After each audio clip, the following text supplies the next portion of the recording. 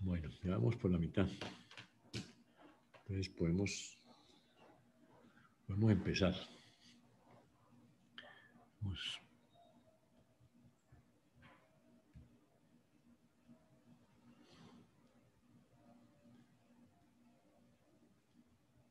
Bien, esto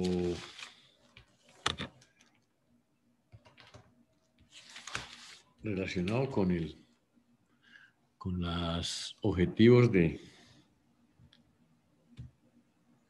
cuando uno se enfrenta al diseño de una torre de enfriamiento. Tenemos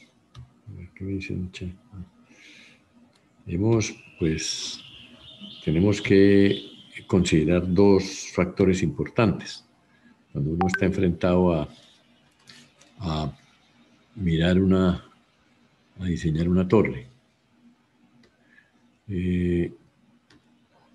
Básicamente, pues, diseñar una torre es determinar el volumen de un relleno que pueda cumplir con unos requerimientos. ¿Sí? Los requerimientos, pues, son explícitos, o sea, en una solución directa, es decir, enfríeme esta masa de agua desde esta temperatura hasta esta temperatura. Eso es lo explícito. Enfríemela. Ya tengo todo, ¿sí? Quiero enfriar esta agua. Y dispongo de una cantidad de aire que conozco sus condiciones, porque es las condiciones del aire externo. Entonces conozco su temperatura, eulo seco, eulo húmedo, y por lo tanto su entalpía, y conozco su humedad. ¿Cuál es, digamos, el objetivo básico? Ya después con esos datos, lo que uno quiere, pues, es dos cosas. Primero, determinar el volumen, en la primera parte, determinar el volumen de la torre, cuánto sería, con qué volumen puedo cumplir con esos requerimientos y teniendo esta disponibilidad. Y segundo, tengo que, pues, encontrar, o es bueno disponer de cuánta masa de agua necesito reponer, porque sabemos que el funcionamiento de la torre es un funcionamiento en el cual hay una vaporización parcial del agua en el aire. Entonces hay un diferencial de masa que se va con el aire. Esa masa, pues, se puede calcular fácilmente como la cantidad, el incremento que produce esa vaporización en el contenido de humedad del aire, que pasa desde esta humedad omega 1, pasará aquí a la salida a una humedad omega 2. ¿Sí? Entonces, las preguntas así directas, pues, son esas: calcular el volumen y calcular la cantidad de agua de restitución. Para eso, pues, necesitamos calcular, en la parte del agua de restitución, hay que calcular el omega 2. Entonces, el omega 2, estábamos en la clase anterior diciendo que, pues, disponiendo del IES, tenemos dos opciones. O sea, ¿cómo se calcula el omega 2? Pues el omega 2 quiere decir que ese omega va aumentando, ¿sí? Va aumentando debido a la cantidad de masa que se difunde. Y esa masa que se difunde, pues, es igual, sabemos que es igual al Kx por A por el dB por la humedad de saturación menos la humedad que vayamos en cada altura, ¿no? Como esa humedad va variando, pues en cada altura tenemos que hacer esa integral, esa sumatoria. O sea, calcular esto y sumársela. Le sumamos esto y calculamos la nueva, así vamos subiendo hasta que calculemos la omega 2. Decíamos que teníamos dos opciones, o sea, teníamos la opción del array, y lo hicimos en la clase anterior, o sea, ir discretamente aumentando el valor de omega, o el método de la integral, que también se puede tener un procedimiento mediante el cual yo pueda calcular esa humedad de salida, simplemente sin ponerme a hacer, sí, los pasos, calcular el vector de humedades omega 1, omega 2, omega 3, omega 4, y no de una vez, de un solo viaje, calcular eso a través, porque internamente, cuando yo hago una integral en el IES, pues él me la hace, él allá hace su vector, seguramente, porque ustedes saben que el concepto de integral, como lo vimos, es cualquier variable que yo quiera integrar. Si yo quiero integrar y como función de x, pues será integral, ¿sí?, genéricamente de la derivada de y con respecto a x, yo la conozco, obviamente con x, o sea, tengo que conocer el parámetro que necesito, independiente, la variable independiente, cuál es la que me permite la integración. En el caso de la humedad, pues será obviamente la temperatura del agua, que es la que hemos utilizado para todo. ¿Desde dónde hasta dónde? Pues desde x1 hasta x2, siempre, y con un incremento que yo lo determino, o sea, un delta x, ¿sí?, que yo lo determino para hacer más rápido o menos rápido. Ese es el concepto integral. Entonces, en el caso de la integral, si queremos integrar el valor de omega, o sea, aquí lo que estamos haciendo es sumas, ¿sí?, que sumamos, esto es una integral, o sea, ir haciendo sumas, es hacer una integral.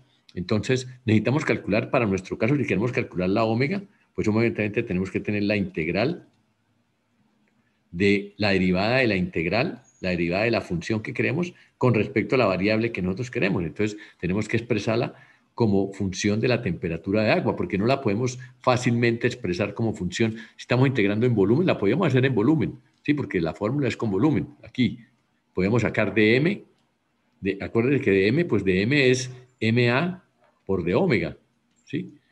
dm es masa de aire por d omega. Entonces aquí podemos sacar dW en dB, pero nosotros no obtenemos una función que nos exprese los valores de la humedad, de saturación y omega en función de dB, sino es más fácil hacerlo en función de dt. Entonces necesitamos dt, y nuestra variable independiente pues será la temperatura del agua, obviamente desde T, desde el fondo hasta la cima, y el delta T pues nosotros lo escogemos, o sea, cada cuánto, cada grado, cada 2 grados, cada medio grado, lo que queramos nosotros. Entonces el problema será calcular la derivada de cómo varía la humedad con respecto a la temperatura del agua. Ese es nuestro problema para poder hacer un procedimiento analítico que nos lleve a poder calcular la omega de salida al hacer la integral. Entonces, básicamente este es el problema, cómo expresar de omega en dt. Pero como tenemos ecuaciones, digamos, del comportamiento de la torre en forma diferencial, pues podemos hacer eso. Entonces nosotros tenemos la derivada de la masa, este flujo, la derivada de la masa de agua, la derivada del cambio de humedad, pues entonces, perdón, la derivada, el flujo másico de agua que nosotros, el flujo másico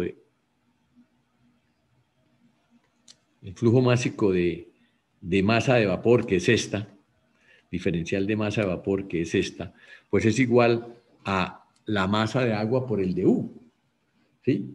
Pero a su vez es igual, masa de aire por el dU, de omega, pero a su vez es igual al Kx por A, como decimos acá, por dB, por omega saturado, menos omega.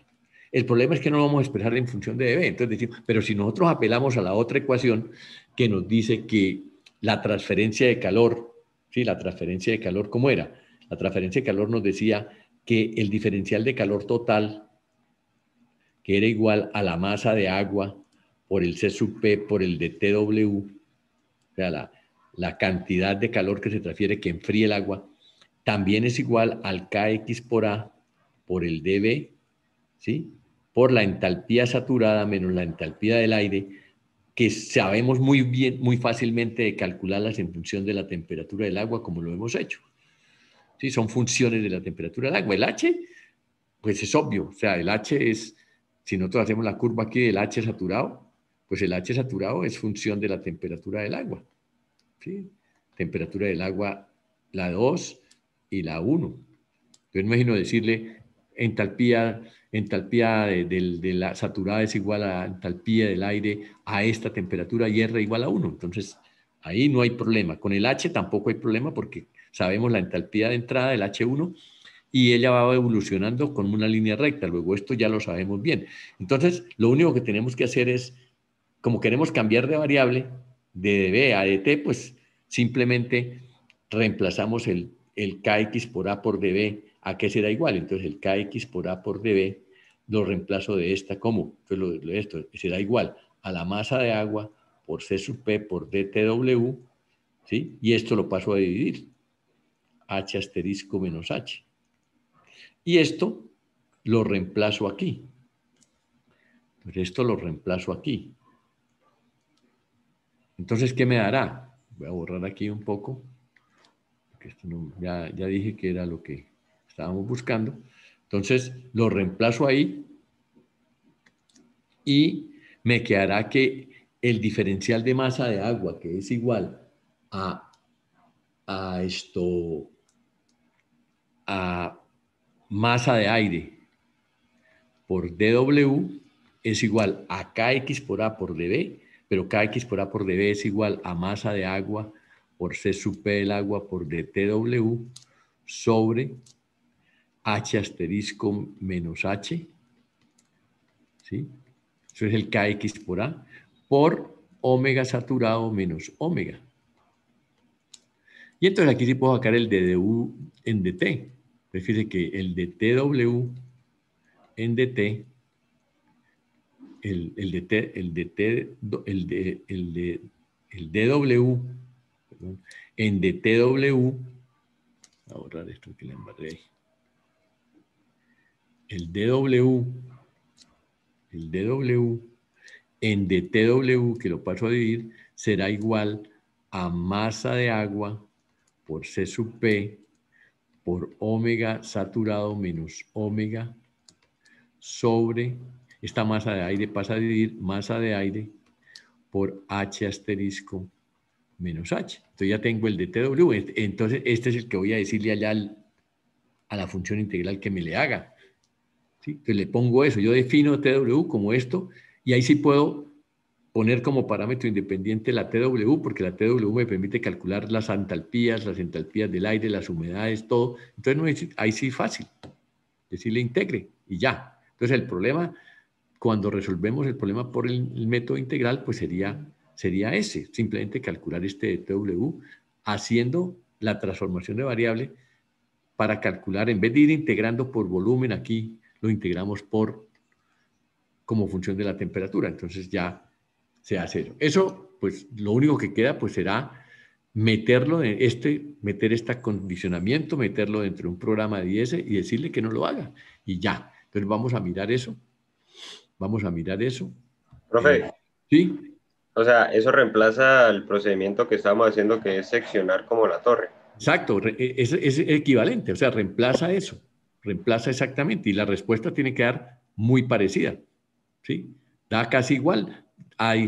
La diferencia que puede dar entre los dos es por la forma como ellos hacen digamos, el cálculo de las humedades, si toman la temperatura, nosotros estamos tomando las temperaturas en la entrada, en el método del array, y ellos seguramente toman el promedio, pero la diferencia es muy poca. Entonces vamos a mirarlo, porque para eso está el IES, entonces vamos a mirar los dos programas. O sea, nosotros hemos hecho los dos programas, ¿sí? Yo tengo hecho los dos programas, ¿sí? El programa para calcular la temperatura, la humedad de salida, por el método de la integral y el método de la.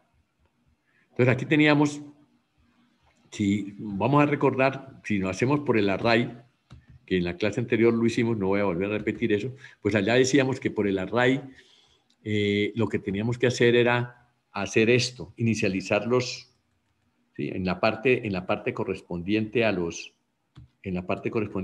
humedades, porque aquí tengo el programa no solamente para el cálculo de las humedades, sino también del calor.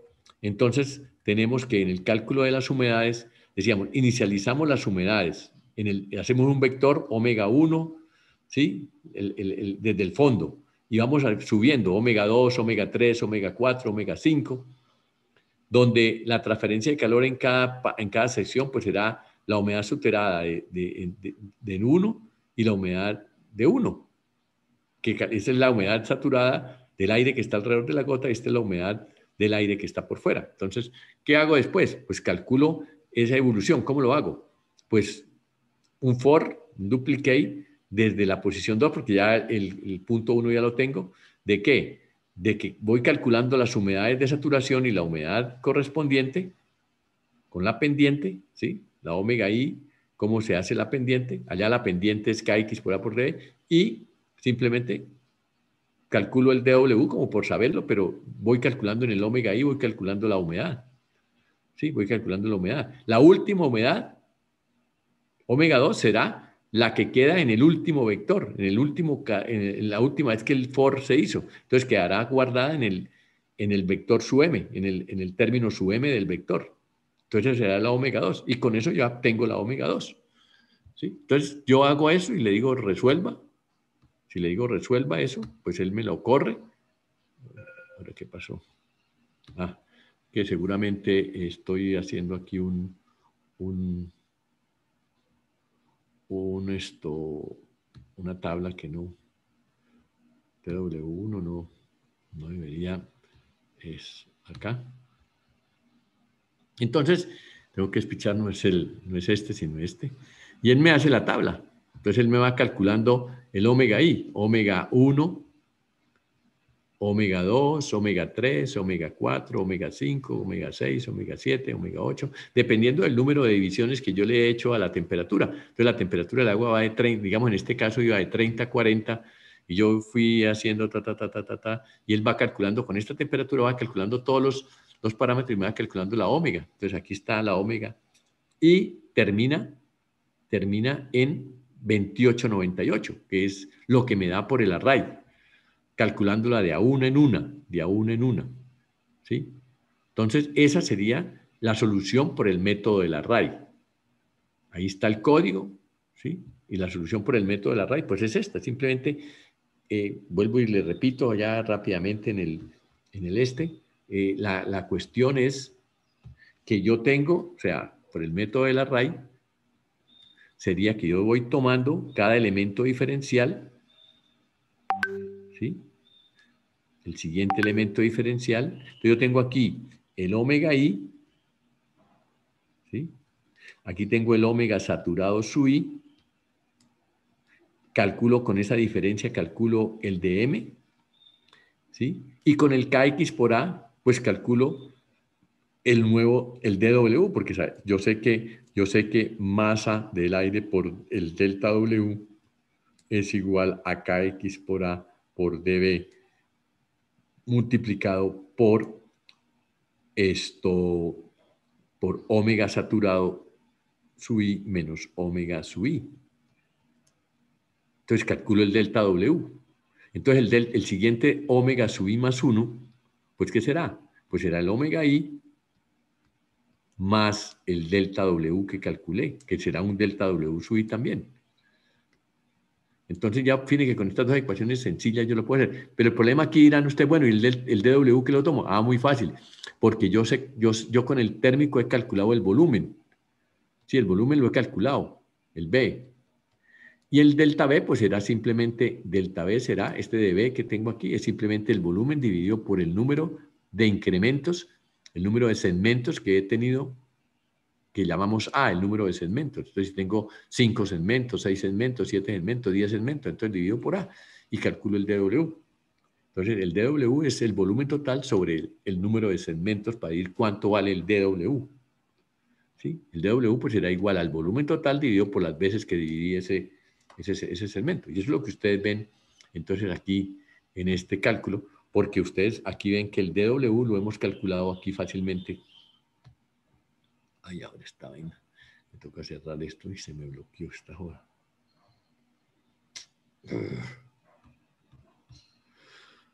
Ay, Dios.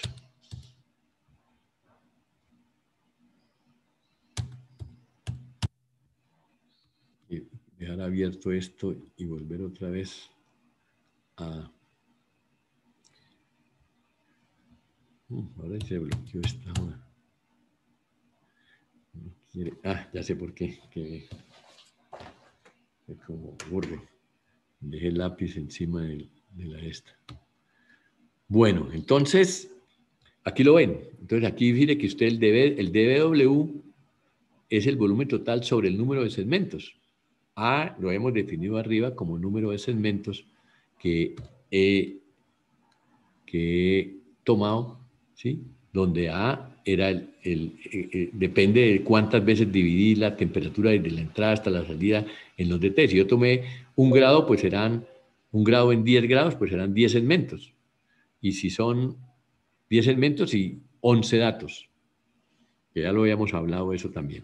Bueno, entonces, vuelvo a repetir, si solucionamos esto, nos da, apunten ahí, que por este método nos dio 0.2898 el valor de la humedad de salida para los datos que hemos considerado, que hemos tomado acá, una masa de 1, una masa de aire de 1, las condiciones de un DT de 1, unas condiciones de entrada de 28, 22, presión atmosférica 101.3. O sea, nosotros vamos a poner estos mismos datos desde 30 hasta 40, ¿sí? Entonces, eso mismo lo tenemos que repetir allá en el método de la integral. Entonces, vamos a pasar al método de la integral, que es el otro programa. Entonces, pasamos al método de la integral, que es este. En el método de la integral, entonces, calculamos cálculo del número de unidades de difusión y la humedad por el método integral, como función de la temperatura del agua. Entonces, en ese método, vemos el código. Entonces el código dice que lo mismo, vamos a poner el mismo requerimiento, una masa de agua de 1 de 30 a 40, una masa de aire de 1 de 28 a 22, que era lo mismo. Aquí tenemos la parte del cálculo de la parte térmica, o sea, el cálculo del volumen, ¿sí? El cálculo del volumen se calcula con el número de unidades de distribución requeridas y ese volumen será el que iguale al número de unidades de difusión requeridas. Y por último, cálculo de la pérdida de agua. El cálculo de la pérdida de agua se calcula calculando el dWdt que hemos dicho. Y el dWdt, pues miremoslo aquí, es la formulita esa que le acabé de demostrar, que es igual a masa de agua por 418 sobre omega saturada menos omega sobre masa de aire por H saturada menos H. Y ese dWdt es el que yo meto en la integral, dWdt con dTW, ¿sí? Entre T2 y T1. Y poniendo obviamente mi espacio de lo que quiera, de 0,5 o de a 1 grado, lo que yo quiera. Entonces, si yo le digo que me resuelva esto, ¿sí? En este método, pues él me dará la solución. Entonces, aquí vemos que para nuestro caso, la omega 2 nos dio 0,286. Bueno, allá nos había dado 0,2880 y pico, ¿no? 0,2898. 98, ¿sí? Entonces, digamos, este método tiene una pequeña discrepancia con el otro, vuelvo y repito, por las razones de la forma como se hace la integral. Pero la despapallada es en la tercera cifra decimal, en la cuarta cifra decimal, y eso es prácticamente despreciable. Entonces, cualquiera de los dos métodos nos servirá para calcular la humedad de salida. Y con eso, pues ya podemos calcular, si tenemos la humedad de entrada de 0,1415 y la humedad de salida sube a 0,286 kilogramos de vapor por kilogramos de aire, pues tendremos la facilidad de calcular la masa de agua de restitución, que pues ustedes saben es igual al producto de la masa de aire, esta ecuación aquí, agua de restitución, la masa de aire multiplicada por la masa de aire multiplicada por la diferencia entre la humedad de entrada y la humedad de salida. Para nuestro caso, pues aquí sería, estos parámetros son omega, es la humedad, omega 2 es la humedad, la llamo omega aquí, sería poner aquí omega 2 más bien, queda lo mismo. Porque omega 2 es igual a omega, va a poner omega 2 menos omega 1. Entonces esa sería ya la omega 2 la calculamos y me da el M0 requerido con esta nueva omega 2. Eso es lo que, digamos, lo que nosotros podemos hacer con el análisis diferencial de las torres de enfriamiento.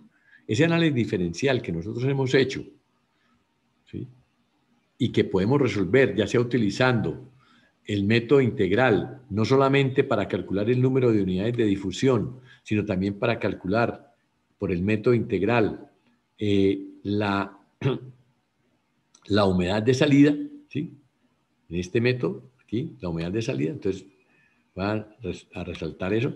En ambas tenemos que hacer integrales, integrar el proceso de cómo se incrementa la humedad e integrar cuál es el número de unidades de difusión requeridas por cada segmento de torre. Ah, Dios mío.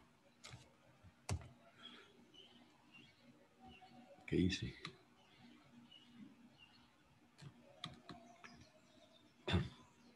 Iba a hacer es un resaltador, un resalte. Entonces, esta sería integral para calcular la sumatoria de las transferencias de calor que hay en cada pedazo de torre, e integral para calcular los incrementos de humedad en cada pedazo de torre. Y ya tenemos resuelto todo lo de la torre, todo. Eso es, digamos, con este proceso tenemos resuelto todo el problema de las torres. Pero con una pequeña comentario, un pequeño salvedad que hay que, pues, que nosotros tenemos que tener en cuenta, que esto no es una solución absolutamente la super exacta. ¿Por qué? Porque si ustedes recuerdan, hemos despreciado, o sea, en este análisis, en el análisis integral, podemos poner aquí, en este análisis integral, le podemos decir, mediante un análisis integral,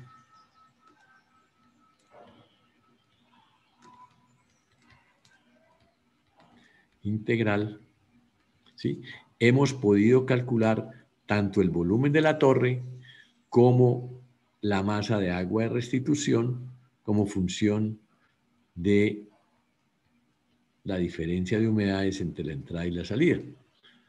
Eso es lo que hemos hecho.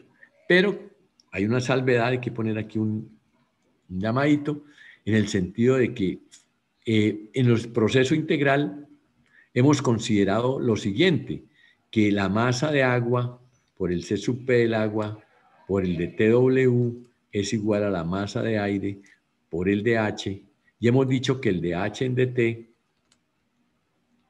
es igual a la masa de agua por el C sub P del agua sobre la masa de aire igual a una constante. Y esa constante pues no es tan constante, porque recuerden que en la torre la masa de agua va cambiando en cada pedacito, o sea, luego esa masa no es exactamente constante en toda la torre.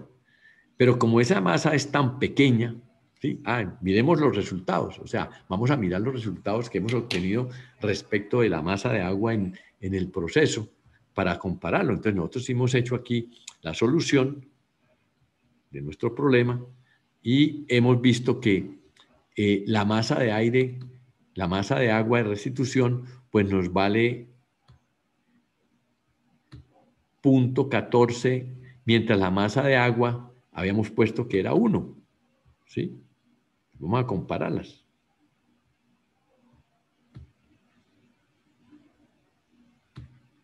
Que era 1. Entonces hemos dicho que si yo estoy impulsando a la torre 1 kilogramo por segundo, esa torre pierde, en este caso, dependiendo de las condiciones ambientales y todo, porque si yo cambio alguna cosa, la temperatura de bulbo húmedo, cambio alguna cosa, pues obviamente eso cambiará.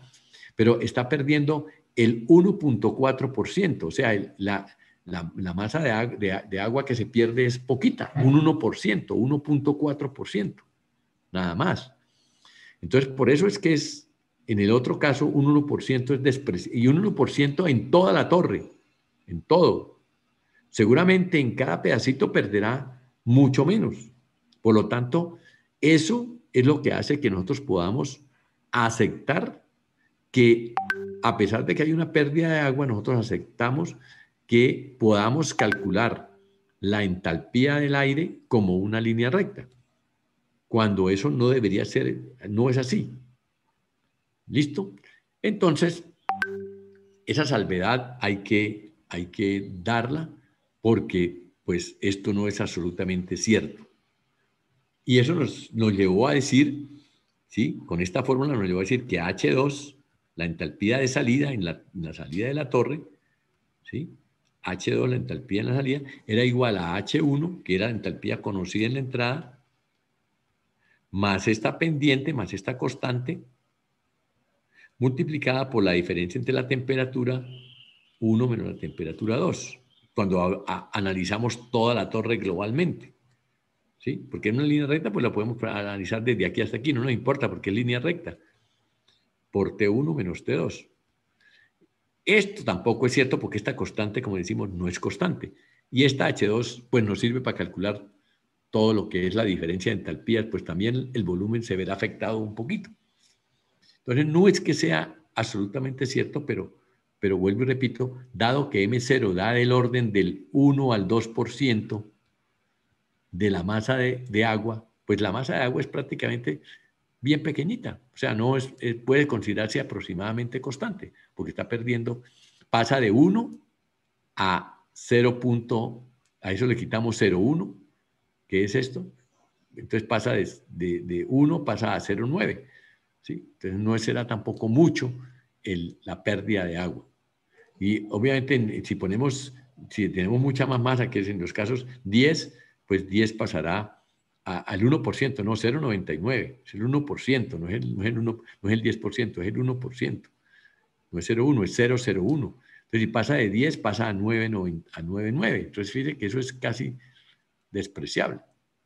Pasar de 1 a 0,99 o de 10 a 9,9.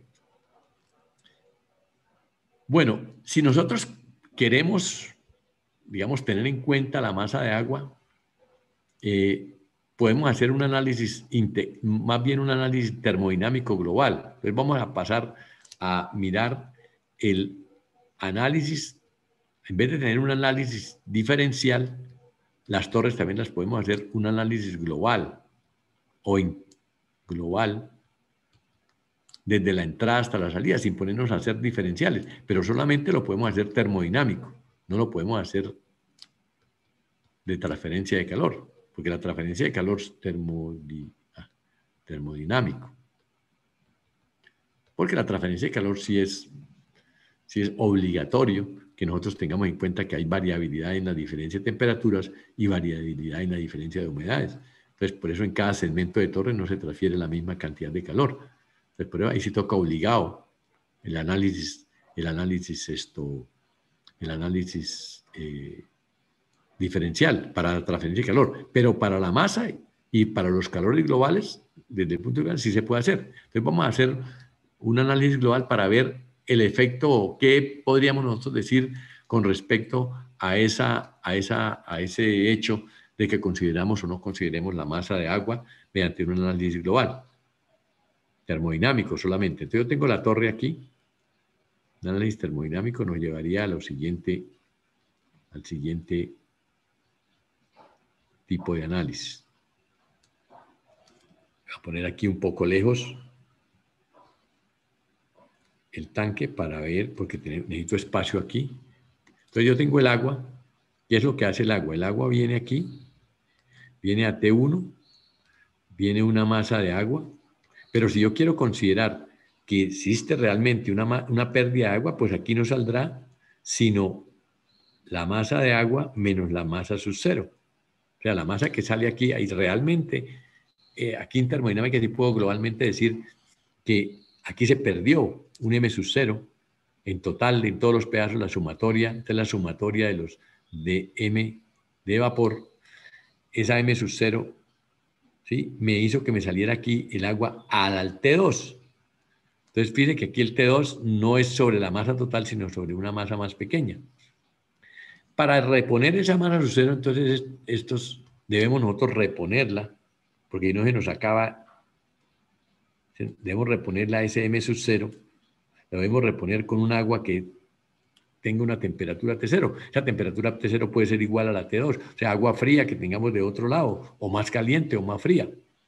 Y la suma de estas dos, pues sí nos dará, si nosotros llevamos este y este, pues nosotros podemos sacar de aquí esta agua y llevarla, ahora sí, al proceso. Entonces vamos a relacionar, el análisis global tiene que ver es con el proceso. ¿Para qué sirve la torre? La torre sirve para sacar calor de algún sistema. Por ejemplo, vamos a poner el sistema que fuera un sistema de aire acondicionado, donde el agua enfría el refrigerante que está en el condensador. Aquí está el compresor, aquí está el evaporador, y aquí está la válvula. Entonces la función de el condensador enfriado por el agua es el de sacar el calor que llamamos el calor del proceso o el calor del condensador, que es lo que llama normalmente el calor del proceso. Del proceso para el cual está sirviendo la torre.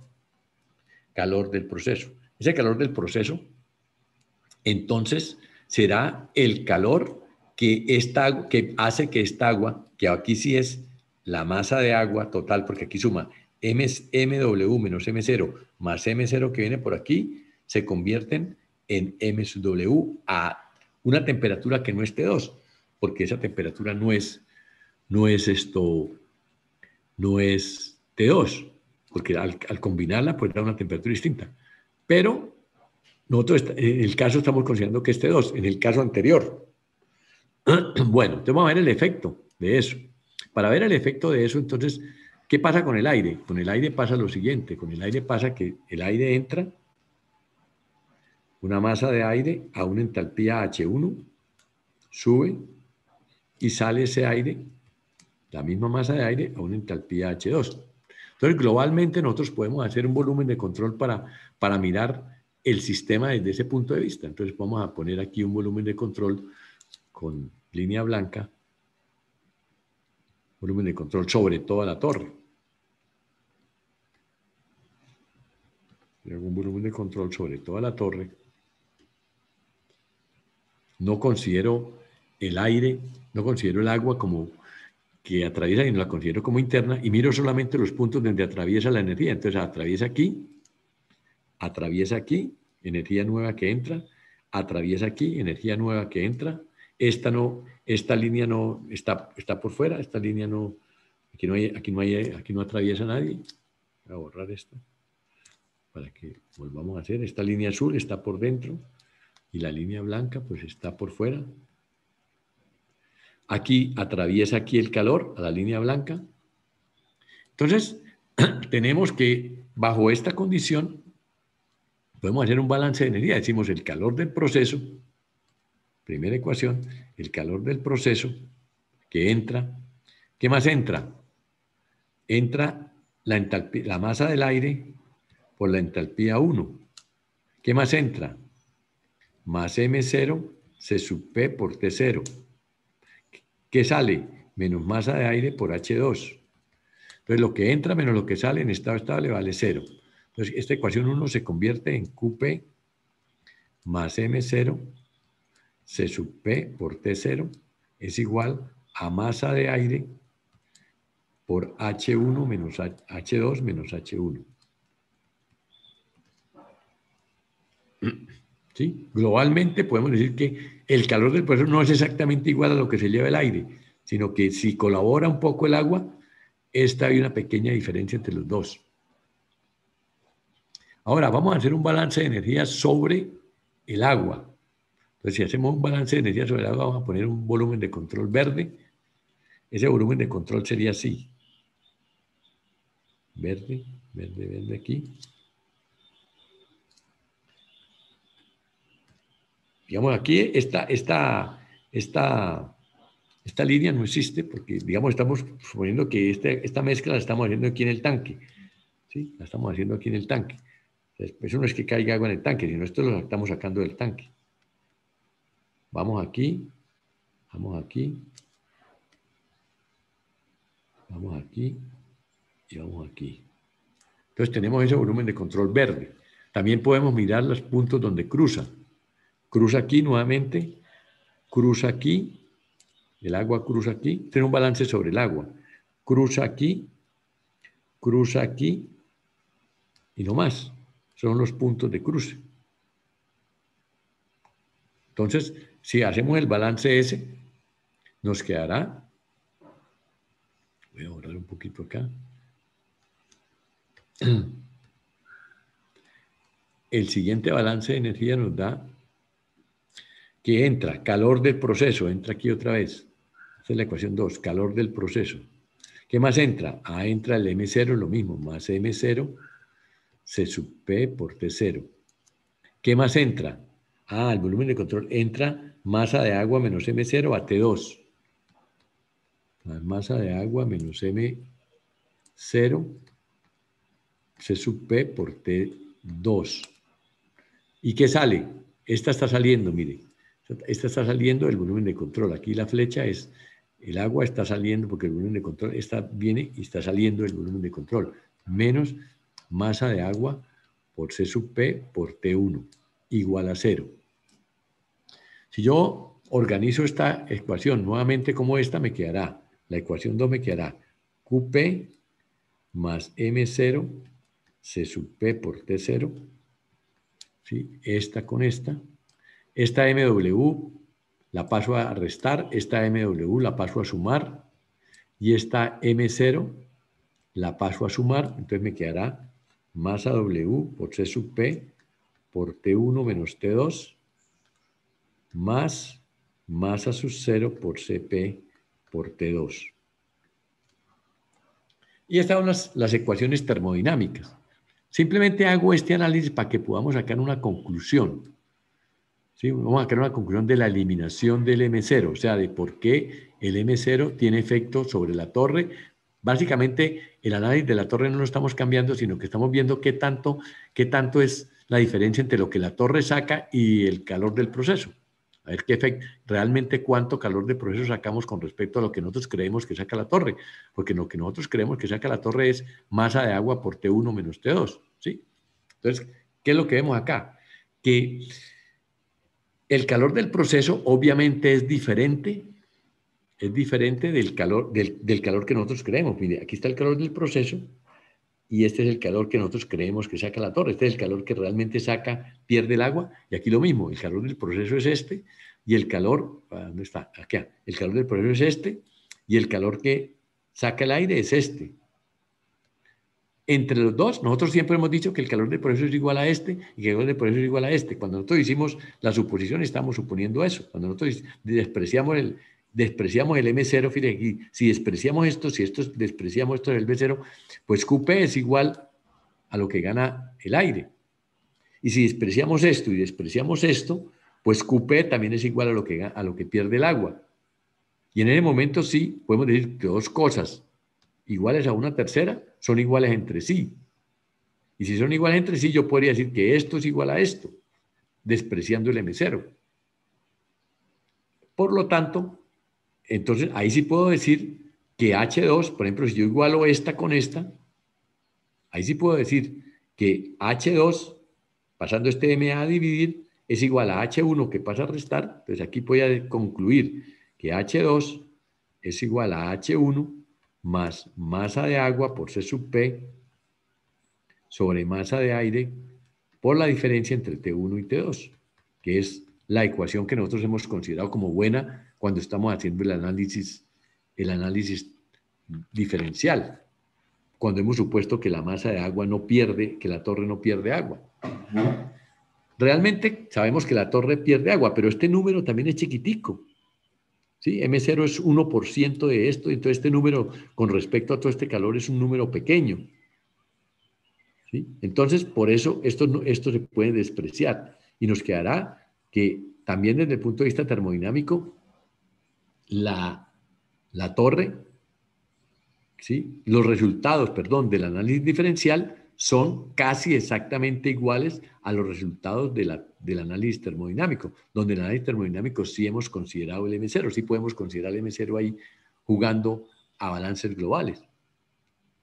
¿Sí? Porque ya sabemos que M0 es muy pequeño. Pero la conclusión entonces de esto es que realmente en las torres de enfriamiento el calor del proceso no es exactamente igual, tiene una pequeña diferencia al calor que realmente el agua pierde. ¿Por qué razón? Por el efecto del M0, ¿sí? Por el efecto del agua de restitución, de la pérdida de agua.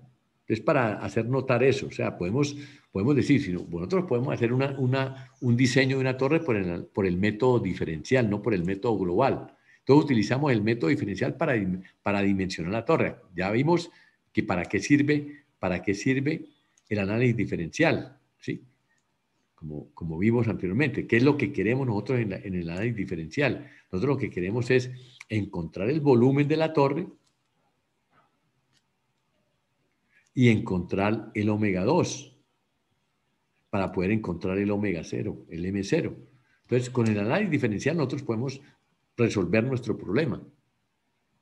Pero, como decíamos, el análisis diferencial tiene una pequeña errorcito en este volumen y en este omega 2. Son errorcitos que podríamos considerarlos si nosotros hacemos un análisis global. Lo que podemos hacer es que ver, basados en ese errorcito, cuánta discrepancia hay entre lo que realmente podemos sacar de aquí y lo que realmente el agua saca. Entonces hay una pequeña diferencia entre este QP y este que saca el agua, que es esta.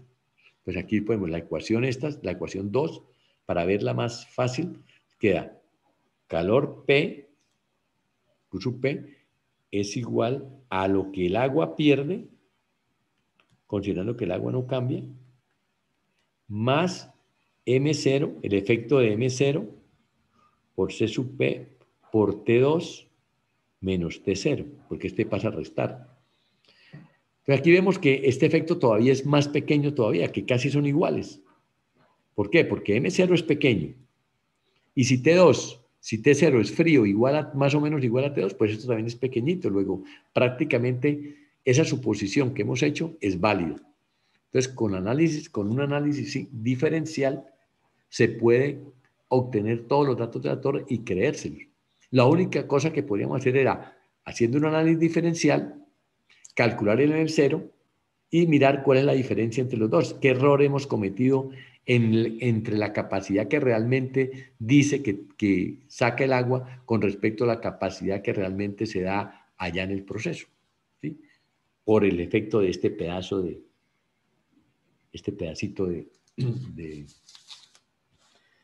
¿de qué? El efecto de M sub 0, o sea, este término, que como digo es pequeñito. Entonces, para terminar, ¿para qué hago esto? Pues para que tengamos conciencia de que el análisis diferencial que hemos hecho, el de la integral y el de la RAI, pues sí nos permite calcular nosotros el volumen bien y el M sub 0 bien, pero como decimos, con un pero ahí que no es tan exacto por el efecto del M sub 0, de que la masa no. Y entonces, para ver el efecto de no considerar, como no consideramos el M sub 0 aquí en el análisis, sí lo calculamos, pero no lo consideramos en el cálculo, entonces el análisis global ¿es para qué? El análisis global es para ver exactamente cuál es la diferencia entre lo que realmente se saca del proceso y lo que nosotros creemos que se saca. ¿Sí? Porque nosotros en este método de análisis diferencial creemos que lo que saca el agua es lo mismo que el proceso. Pero realmente eso no es cierto, porque aquí hay un pequeño término que vale M0, C sub P por T2 menos T0. O sea, que aunque este término es pequeñito, pues afecta. O sea, esto no es mucho. Pues, si aquí tenemos 80 kilovatios, pues esto será 79 kilovatios y esto será 1. ¿Sí? Casi despreciable. O sea, podemos decir que lo que hemos calculado que el agua supuestamente saca es lo mismo que el proceso va a sacar. Eso es, digamos, el objetivo de hacer como una especie de comprobación de cuál es el error que estamos cometiendo al creer, ¿sí? Al creer esto, al creer que el proceso saca la misma cantidad que lo que nosotros hemos calculado cuando analizamos la torre sola, porque cuando nosotros hicimos el cálculo de la torre, pues nosotros, ¿qué hicimos? Cuando analizamos las torres, nosotros no nos metemos para nada, o sea, nosotros hacemos esto. Nosotros partimos esto por acá, ¿sí? Y nos olvidamos del proceso. Simplemente decimos, la torre enfría el agua desde aquí hasta aquí y no hemos pensado en el proceso. Creemos que el proceso, después esa agua vuelve y se calienta allá. Y consideramos que lo que saca es igual a lo que el proceso le da. Pero hay una pequeña diferencia, eso es todo. Mediante el análisis termodinámico que se hace cuando ustedes vieron termodinámica 2, seguramente ya vieron torres de enfriamiento y solamente hicieron el análisis termodinámico. Pero el análisis termodinámico, pues tiene la dificultad de que allá los problemas que resuelven, pues sí, le dan el dato de cuánto es omega 2, cuánto es omega 1, cuánto es la entalpía 1, cuánto es la entalpía 2, no calculan la transferencia de masa. Entonces, ¿cómo puede uno saber cuál es la verdadera entalpía 2 y cuál es la verdadera si no conoce el tamaño? Porque eso cambia con el tamaño. Entonces, no es lo mismo. Bueno, esa sería entonces como una especie de llamado de atención con respecto a la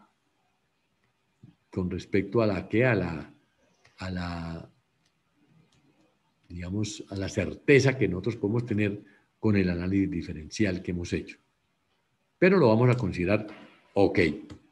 ¿Sí? Y si hacemos alguna cosa será del análisis global, es solamente para mirar cuál es la pequeña diferencia entre lo que creímos y lo que realmente se está sucediendo allá en la planta. Bueno, entonces con eso, ese paréntesis que he hecho respecto de analizar, hacer un análisis global para mirar ese factor.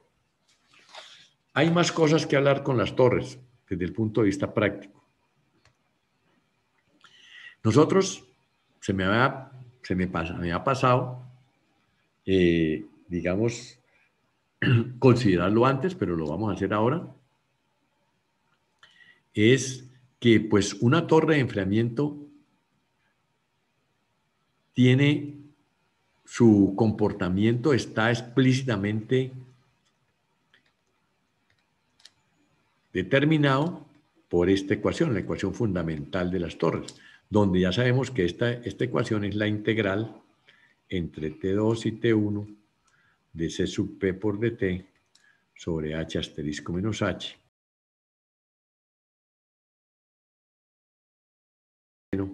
por su tamaño de la torre sobre la masa de agua. Bien, hemos visto que los requerimientos, ¿sí? Estos serán los requerimientos, son una función pues de muchas variables, ¿no? Ustedes ven ahí, son una función de T2, de T1, de la masa de agua, de la masa de aire. ¿Por qué? Porque pues la entalpía, para calcular esta entalpía necesita la pendiente entre las dos. ¿Sí? Es una función de la masa de agua, de la masa de aire. Es función de la entalpía 1, o sea, esta entalpía cómo varía.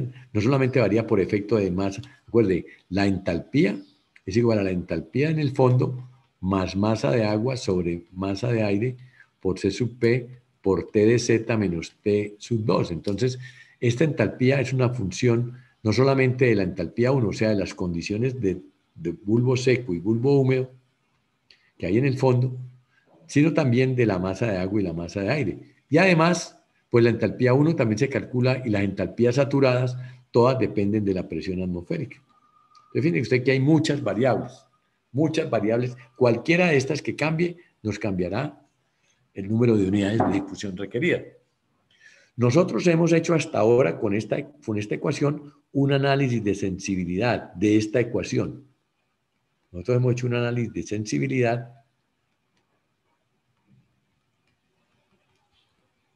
y hemos considerado dos parámetros importantes para el análisis de sensibilidad, que han sido cómo varía el número de unidades de difusión requeridas como función de la masa de agua. ¿Sí? Entonces, ya encontramos que si nosotros, sin cambiar nada, o sea, acuérdate también que dar T1 y T2 es lo mismo que dar aproximación y rango. Tener estas dos, este par, es lo mismo que tener este par. Ya lo hemos demostrado, junto con la temperatura de bulbo húmedo. Entonces, ya hemos hecho ese análisis de cómo varía. Y si ustedes recuerdan, hemos encontrado que si yo miro el número de unidades de difusión requeridas como función de la masa de agua o de la masa de agua sobre la masa de aire, si considero que en una torre la masa de aire es una constante, pues tiene una tendencia de ser así y se nos va para el infinito. Y que hay una masa límite, una masa de agua límite, hasta la cual podemos trabajar bajo una aproximación dada y un rango dado. Luego, esto ya lo analizamos la sensibilidad del número de unidades de difusión requerida con respecto a la masa de agua principalmente. También lo hicimos con respecto a la aproximación, o sea, con respecto a T2. Hemos encontrado que si la aproximación se aumenta, si queremos estar más lejos, pues podemos manejar más agua y los requerimientos se nos bajan para un mismo flujo de agua. Tenemos un requerimiento, para este flujo de agua, los requerimientos se nos bajan de este requerimiento a este requerimiento si esto es una aproximación de 4 y esto es una aproximación de 6. ¿Sí? Y lo contrario, si nosotros tratamos de disminuir la aproximación, los requerimientos se suben. Si, por ejemplo, tendríamos una aproximación de 2 nada más. ¿Sí? Esto lo hicimos, las curvas, ya, y pues tiene su explicación. Voy a volver a hacerles esa explicación en el sentido de que, ¿por qué se presenta eso? ¿No? Entonces, si en una página, bueno, ¿por qué se presenta eso? Si ustedes recuerdan, ¿cómo se calculan las unidades de difusión requeridas? Se calculan sobre la base de esta curva, de las entalpías de saturación, ¿sí? Y de las entalpías del aire. Entonces yo voy a pasar desde aquí, temperatura 2, temperatura 1. Entonces a la temperatura 2 calculo la entalpía 1, están unas entalpías saturadas, y trazo mi línea recta y calculo las diferencias y calculo un número para cuánto me da esa integral. Entonces ya hemos visto que si yo cambio la masa, ¿sí? Si yo cambio la masa, pues el número de unidades de difusión que me dan se incrementan. ¿Sí? Por eso es que coge la curva para arriba. Y llega un momento en que se vuelven infinitas. Por eso la curva es así. ¿Por qué se incrementa? Porque está la distancia H saturada menos H se vuelve cada vez más pequeña. Y acuerde que en la fórmula del número de unidades de difusión está en el denominador H asterisco menos H, dividiendo. Y si este número es más pequeño y se vuelve 0, pues se puede volver infinito y se crece. Entonces, esa es la explicación de por qué esta tendencia. Pero la otra es el efecto de la aproximación, sin cambiar la masa. Entonces, si yo cojo la aproximación, esta es la aproximación, si esta es la temperatura de bulbo húmedo, entonces, si tengo esta aproximación, este punto estará aquí, la entalpía tendrá este valor. Si yo mantengo la temperatura de bulbo húmedo, pero aumento la aproximación a una aproximación a sub 2 más amplia, pues este punto se me correrá para acá. H1 se mantiene constante porque el aire es el mismo, simplemente que yo quiero sacarlo a más. Y con la pendiente la misma, ¿sí? Con la pendiente la misma, esta línea es paralela a esta, y el rango lo mismo, entonces esta irá hasta aquí. Entonces ustedes ven que esta diferencia de entalpías entre la línea blanca aquí y la línea de saturación, ahora la línea blanca y la línea de saturación, pues es más grande el número de unidades de difusión requeridas para cuando la aproximación es más amplia, se me baja, que es lo que estoy mostrándoles aquí. Para una aproximación más lejanas, este se me baja. Ya eso lo hemos calculado con el programa, eso no tiene... Entonces nosotros hemos hecho análisis de sensibilidad con esos dos factores, básicamente que son los más importantes. El flujo másico de agua y la aproximación para un rango dado. Pero también es importante hacer un análisis de sensibilidad con respecto a la presión atmosférica. ¿Sí? Entonces, hay que mirar, dejando constante todo esto, mirar si variamos la presión atmosférica, ¿qué pasa? ¿Qué pasa con las torres? ¿Y por qué es importante hacer un análisis de sensibilidad con respecto a la presión atmosférica? Porque es que las torres las venden, los fabricantes les venden las torres, pero ellos no saben a dónde las van a montar. Y uno tampoco puede ponerse a preocuparse cuando está haciendo un análisis de ingeniería, ponerse a preocuparse tanto por el hecho de que la voy a montar en Cartagena o la voy a montar en Bucaramanga o la voy a montar en Bogotá. Entonces, no es lo mismo la torre que está a nivel del mar, en un Z igual a 0, que si yo monto mi torre aquí, en Cartagena, en Reficar, y la compro con un sobrecosto de 2.000 millones y me robo toda la plata, bueno, así la monto aquí, en Bucaramanga, que es 1.000 metros sobre el nivel del mar, 1.080. Aquí la presión atmosférica vale 101.3 kilopascales y aquí más o menos dirá la presión atmosférica aquí en Bucaramanga vale, digamos, 96, 95 kilopascales. Asumamos que tiene eso. Entonces, ¿qué pasa con esta torre si el volumen es el mismo? Si el volumen es el mismo. ¿Qué pasa en el desempeño de esta torre cuando la suba? ¿De dónde saqué este volumen? Si yo diseño mi torre para este volumen es porque calculé los requerimientos de la torre en este punto, ¿sí? Y despejé el volumen. Entonces yo la diseñé. Si yo la diseño para el nivel del mar, ¿qué es lo que hago? Por ejemplo, yo digo, yo quiero enfriar un poco de agua desde 30 hasta 40, C sub P por DT, H asterisco menos H, y lo hago a la presión atmosférica. Entonces pongo todos los del nivel del mar, a 101.3 pilopascales. Entonces calculo, con esos datos calculo un número de unidades de difusión requeridas. Y con esos lo igualo al número de unidades de difusión ofrecidas y con eso calculo el volumen. Como pregunta, si conozco el relleno, como este es un número, me espejo el volumen. Entonces calculo un volumen para ese. Por ejemplo, aquí me da un número de unidades de difusión requeridas, me da de 4. Pues 4 es igual a KX por A que valga 4, ¿sí? 4.5, que yo lo conozco, por B, que es la incógnita, sobre la masa de agua, que es 1 kilogramo por segundo, por ejemplo. Entonces, fíjate que puedo calcular el volumen, lo despejo. 4 sobre 4.5. Y compro esa, sí, vaya y póngale ese volumen. Pero el problema es que, bueno, ahora llévela para Bucaramanga. Esa misma torre de un volumen. ¿Qué pasará en Bucaramanga con respecto a las capacidades de esa torre? Entonces, ¿qué vamos a mirar?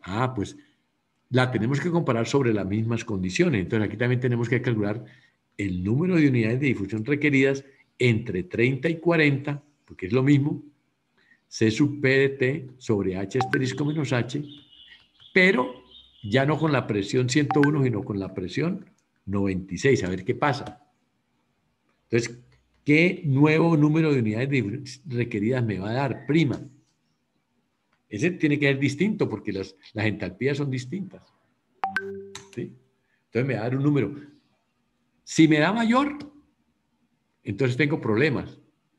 Pero si me da menor, no tengo tanto problema porque si me da menor, quiere decir que si el número aquí me da menor, quiere decir que si yo diseño mis torres para que trabajen a nivel del mar, ¿sí? Si yo diseño mis torres para que trabajen a nivel del mar, pues obviamente me dará un número mayor que este. Entonces, seguramente el volumen también me dará mayor al volumen que necesito aquí. Entonces, si yo cojo el volumen, el mismo acá que necesité aquí, que era mayor que el que necesito acá, pues obviamente estaré sobrado, estoy por el lado conservativo. Entonces, eso es lo que pasa con las torres, que las torres se diseñan a nivel del mar, nos dan un número de unidades de difusión requeridos mayores a los que nos da el número prima a nivel con una altura determinada, y por eso estamos por el lado conservativo. Podemos tomar que la torre que diseñamos a nivel del mar la podemos utilizar a una altura más alta. ¿Por qué? Porque el volumen que tendría para los mismos requerimientos sería mayor que el volumen que tendría para los mismos requerimientos aquí. Lo que tenemos que demostrar, bueno, primero vamos a demostrar que sí, verdaderamente el número de unidades de difusión requeridos prima son menores que el número de unidades de difusión requeridos a nivel del mar. O sea, para ponerlo mejor de otra manera, el número de unidades de difusión requeridas a z metros, ¿sí?, es menor que el número de unidades de difusión requeridas a 0 metros de nivel del mar. Eso es lo que tenemos que demostrar, o calcular, o evaluar, o mirar si es cierto o no es cierto.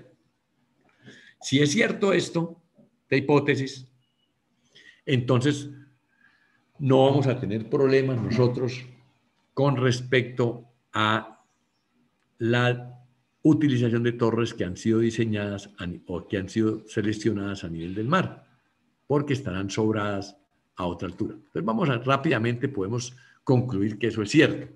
¿Por qué es cierto? Porque primero podemos decir cuál aire, o sea, cuál es el principio más importante de la operación de una torre.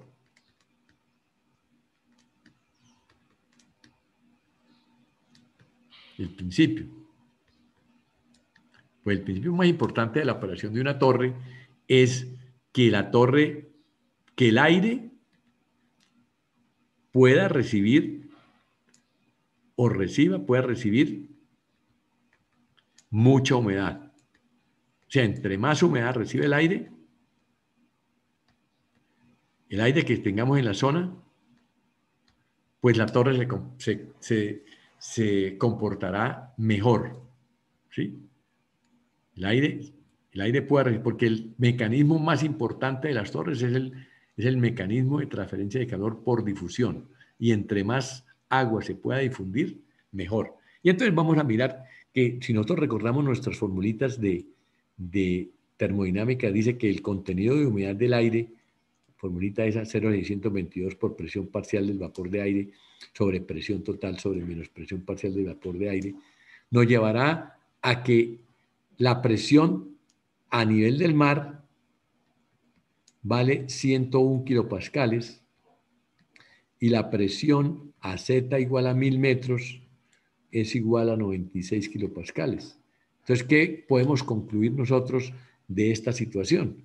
Pues que la presión total está aquí. La presión parcial es la misma porque la presión parcial no cambia.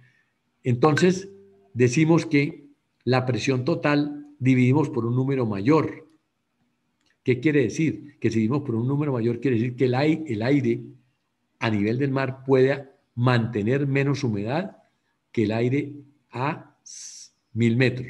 Entonces, el aire en altura puede absorber más humedad.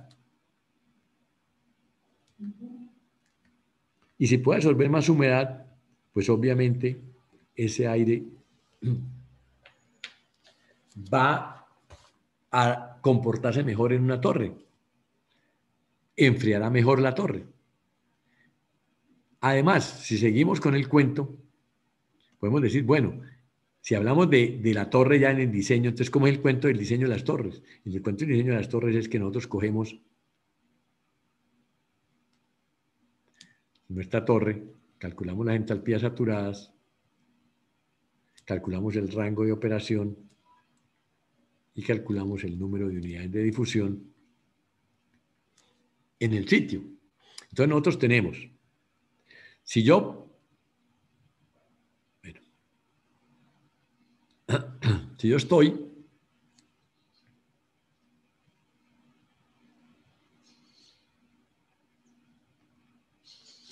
estoy a nivel del mar, pues la entalpía 1 será la entalpía del aire a la presión atmosférica del nivel del mar.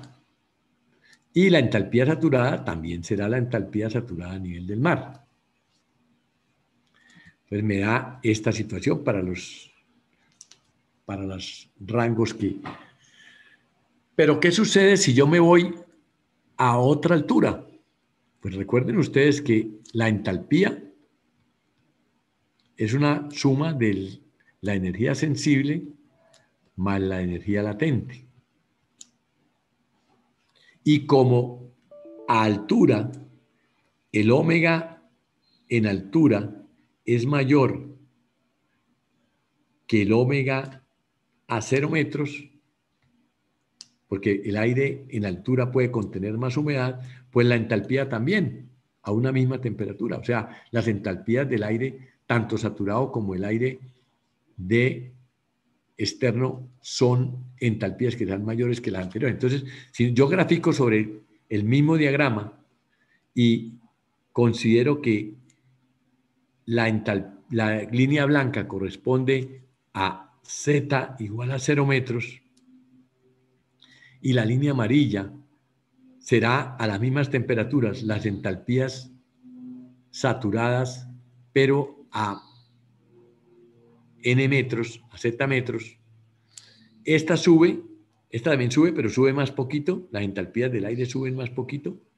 Las saturadas, pues que son, usted sabe que en la carta trigonométrica yo tengo un punto aquí y la entalpía saturada está bien lejos, entonces la cantidad de esta humedad con respecto a esta, la humedad saturada tienen un contenido de humedad más alta, entonces por eso más se incrementan las saturadas que las otras. ¿Qué observamos? Que si calculamos el número de unidades de difusión a 0 metros, será con esta diferencia de entalpías entre la línea blanca y la línea blanca. Pero si miramos el número de unidades de difusión amarillos, pues será la diferencia de entalpías entre la línea amarilla y la línea amarilla. ¿Qué vemos? Que esta diferencia es más alta para las mismas cosas que estamos viendo, para la misma pendiente, para el mismo rango, para la misma aproximación. Esa diferencia es más grande, entonces vemos que el número de unidades de difusión requeridas en el amarillo tendrá que ser menor que la blanca. Aquí lo vemos. A 0 metros. Eso está ahí claro. ¿Sí? De acuerdo a un análisis, digamos, cualitativo que hemos hecho. Entonces, muchas veces uno como ingeniero tiene que hacer esas cosas. O sea, ¿sí? Profe. ¿Sí? Bueno, esto es para torres, ¿no? Pero digamos que en cuanto al enfriamiento evaporativo del aire, ya no se podría tomar esto, digamos que ese mismo ejemplo. Acuérdese, podemos hacer el análisis, o sea, hay que mirar el análisis desde el punto de vista, pero recuerden que yo les decía las aplicaciones. ¿Cómo es más o menos el cuento de las 3 aplicaciones que son? Torres. Las torres, si yo tengo una superficie, que es la superficie de la gota, el calor sensible y el calor latente van en la misma dirección, van enfriando, estamos enfriando. En el caso del enfriamiento evaporativo, si tengo la superficie del agua que está allá, tengo una cosa que siempre será al contrario. Yo tengo que el calor latente va saliendo, pero el calor sensible, perdón, el calor sensible va saliendo, pero el calor latente va en sentido contrario. Es un enfriamiento evaporativo de saturación adiabática. O sea, el aire se enfría, ¿sí? El aire se enfría, el calor sensible, el aire, perdón, aquí tengo que borrar, el calor sensible, el aire entrega calor sensible, el calor sensible se enfría y el calor latente aumenta su humedad. Entonces, allá tenemos que de pronto eso va a producir un fenómeno distinto. O sea, me tocaría analizarlo. En este momento no me va a poner a hacer eso, pero es la misma fórmula, pero distinta situación. Entonces, el efecto del nivel del mar es que puede ser el mismo. ¿Por qué? Porque aquí vemos, ¿sí?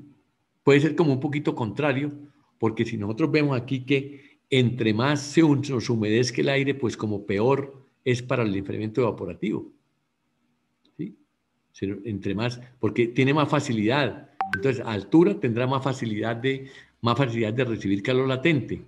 Y entonces eso, no, pues tiene la misma, porque si tiene más facilidad de recibir calor latente a altura, también enfriará más, ¿sí? Porque este tiene que ser igual a este.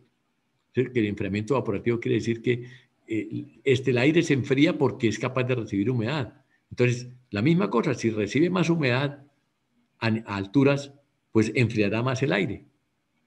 Ahí se ve. Ese será el análisis que podemos nosotros tener. Enfriará mejor el aire. Entonces, el enfriamiento evaporativo a niveles de altura es también beneficiado por el hecho de que el aire puede recibir más humedad y por lo tanto puede ganar mayor calor latente. Pero tiene el contra de que si se satura muy rápido, pues estamos fritos. O sea, hasta ahí llegamos, más rápido se nos satura. Pero sí se ve claro que también el efecto es el mismo. Entre más calor, estamos pensando que entre más calor latente reciba ese aire, pues más se enfriará. Entonces sí es bueno también para el enfriamiento evaporativo, también es bueno no estar a nivel del mar y estar a altura. Bueno, esto pues lo hemos hecho como un análisis cualitativo. Vamos a volverlo cuantitativo. Fácilmente. Cuantitativo. O sea, con Profe, números. ¿Sí? qué pena, es que tengo una duda. Señor. Cuando también subimos, o sea, cuando se aumenta la altura, también se disminuye normalmente la temperatura, ¿sí? Y si la temperatura se disminuye, también se afecta a la humedad, o sea, la capacidad que puede recibir. Una cosa, lo que quiero comentarles es lo siguiente. Esta comparación que nosotros estamos haciendo es una comparación en la suposición de que los demás parámetros son exactamente los mismos.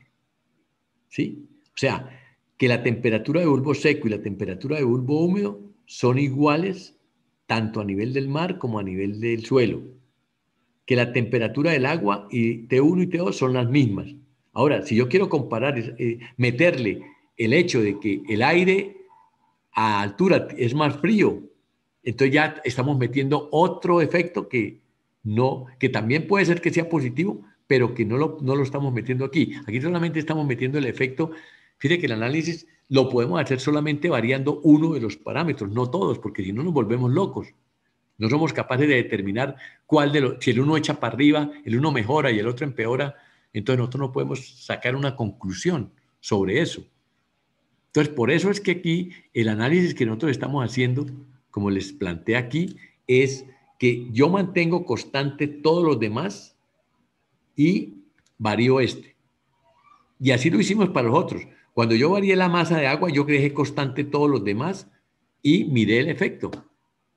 Porque si yo cambio este, y cambio este, y cambio este, y cambio este, y cambio este, cada uno echará para un lado y entonces ahí sí me vuelvo loco. ¿Quién me puede decir para dónde echa el uno y para dónde echa el otro?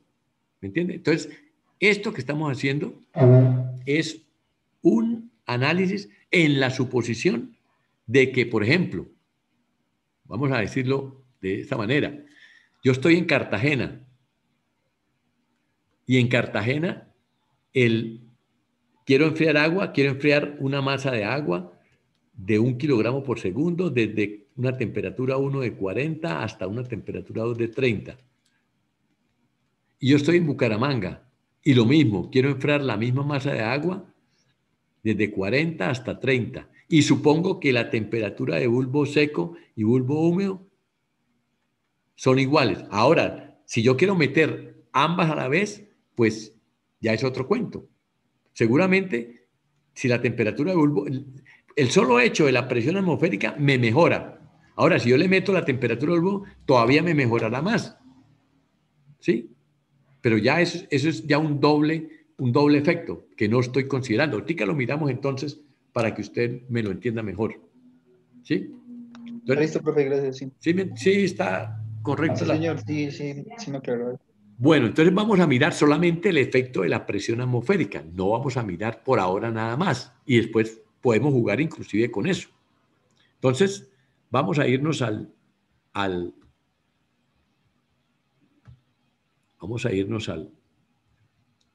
al cálculo de base, ¿sí? El cálculo base, que es el cálculo donde nosotros vamos a calcular el número de unidades de difusión como función de la presión atmosférica. Entonces tenemos el cálculo, aquí tenemos el cálculo para unas condiciones de flujo de agua y flujo de aire igual. Yo voy a poner, por ejemplo, aquí 1.23 y 1.24. Bueno, vamos a poner lo que sea para que sea más fácil. 1 kilogramo por segundo y 1 kilogramo por segundo acá.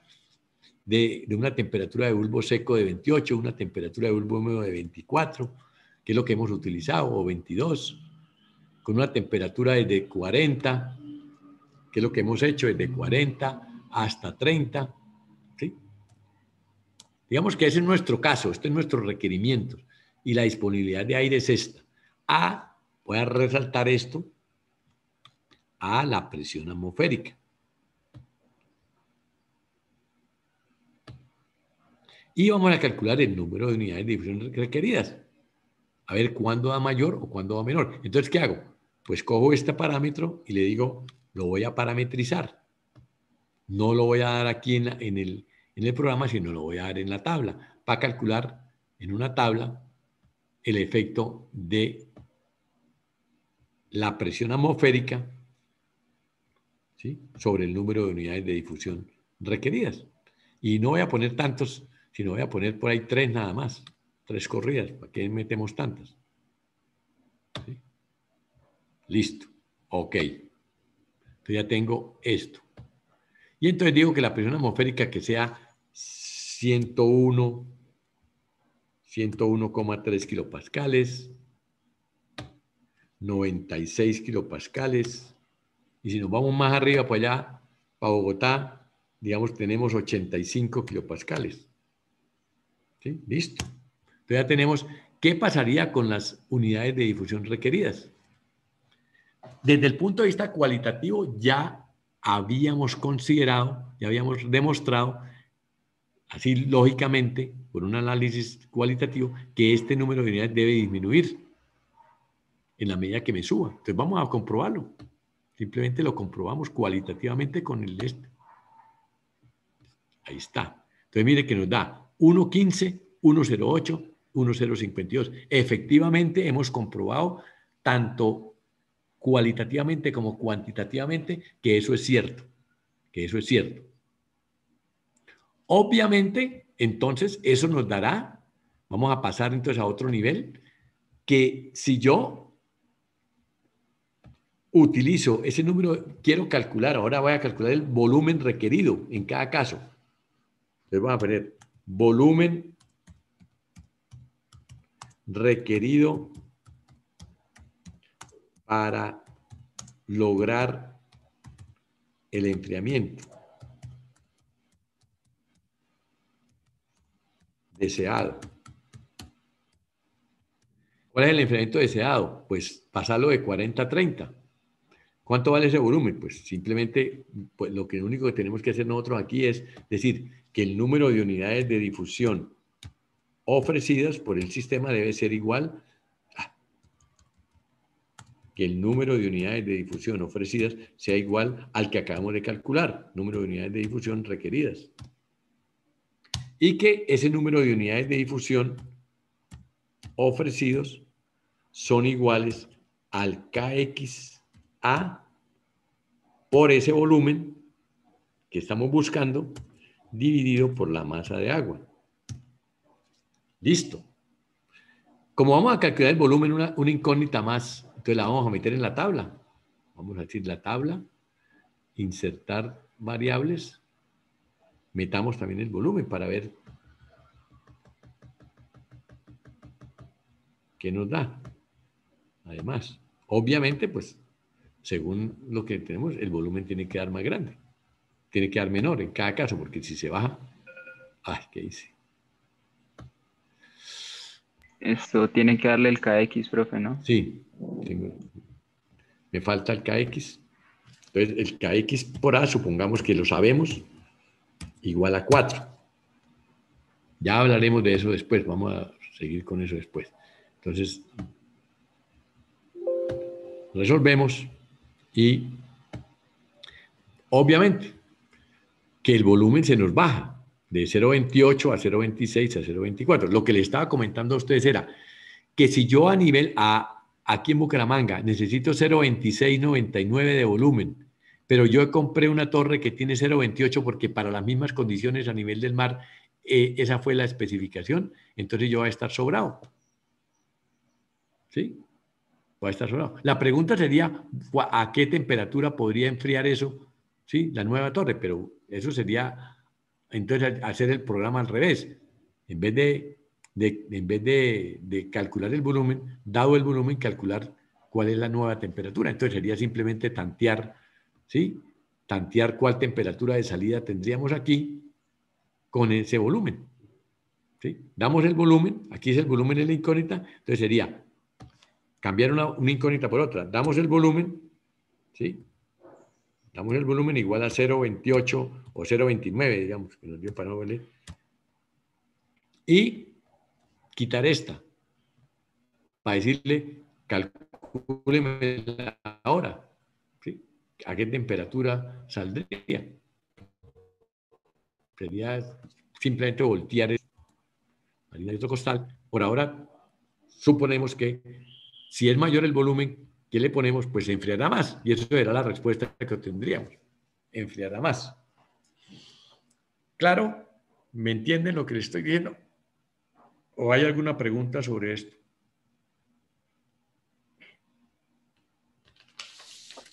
Todo bien.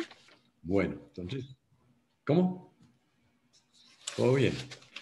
Bueno, entonces, hemos cubierto, digamos, los parámetros más importantes que afectan el desempeño de las torres, ¿sí? Que son todo lo que tenga que ver con la aproximación, todo lo que tenga que ver con el flujo másico de agua, que es lo que puede pasar, y todo lo que tiene que ver con la presión atmosférica. Y ya sabemos qué pasa en cada uno de los casos. Y sabemos que tenemos que tener cuidado, sobre todo cuando tenemos el problema del flujo másico de agua, porque una torre, si queremos mantenerla en unas condiciones de enfriamiento requeridas por el proceso, tendrá una limitante de flujo másico de agua que podemos meterle. Ahora, si nosotros le metemos más agua a esa torre, no quiere decir que la torre no vaya a funcionar. Ya funciona, pero lo hará a temperaturas más elevadas de las que nosotros queremos. Y si no nos sirve, pues no nos sirve. Tenemos que poner otra torre diferente.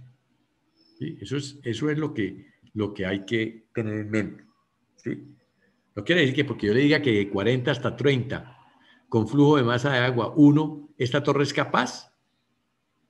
Pero si yo le pongo 2, o 2 o 3, esta torre no va a ser capaz de enfriarme de 40 hasta 30. No quiere decir que yo no pueda solucionar el problema cuando ponga temperaturas más altas.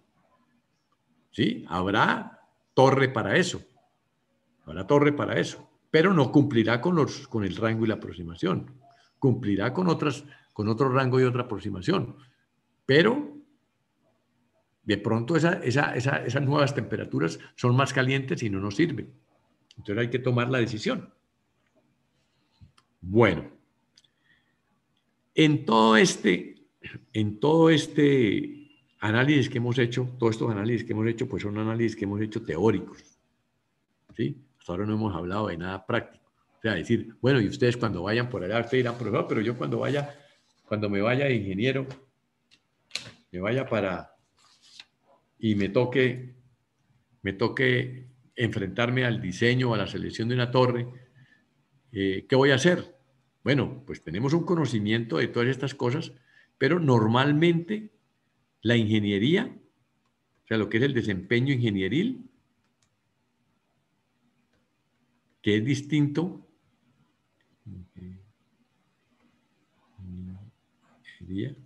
es distinto al desempeño, digamos, científico.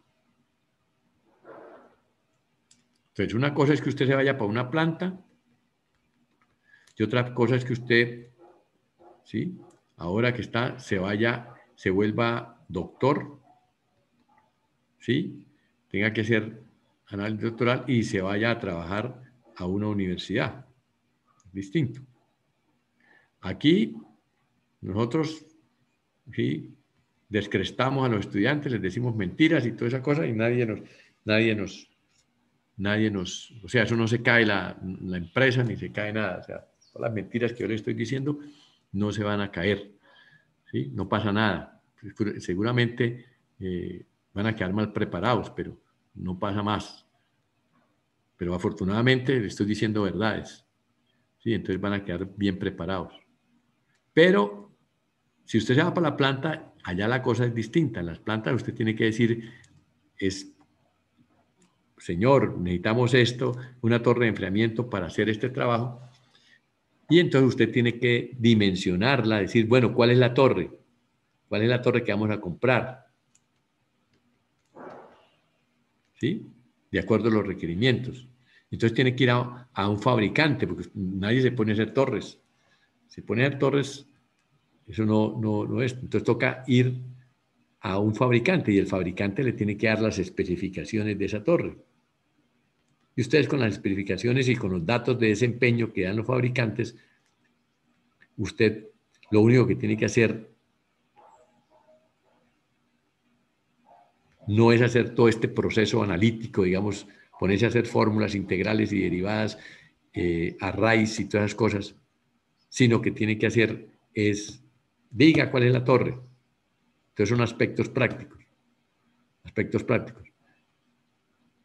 Pero resulta y pasa que hay un problema, que de pronto este ambiente aquí científico no tanto se nos puede meter aquí.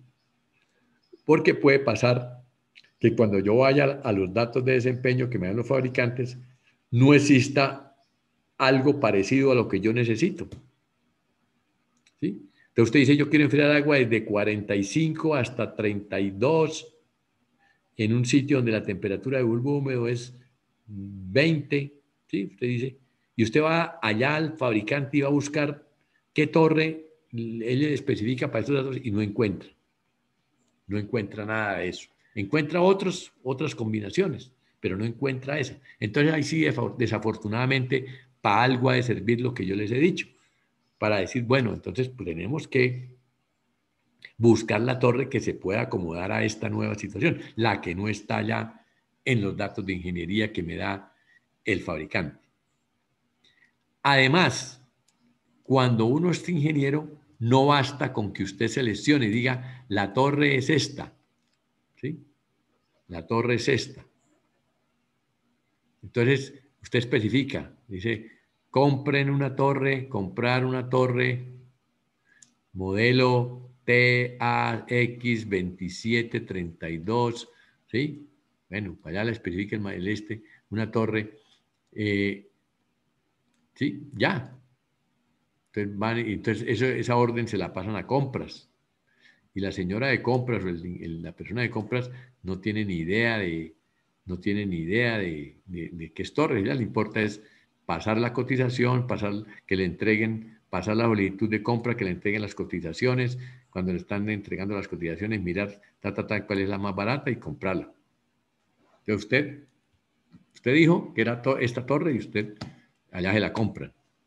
Entonces resulta y pasa que cuando la torre, cuando la compraron, y resulta que cuando la compraron, entonces usted se da cuenta que la torre es así de grandotota, que uno ni siquiera se fijó en eso.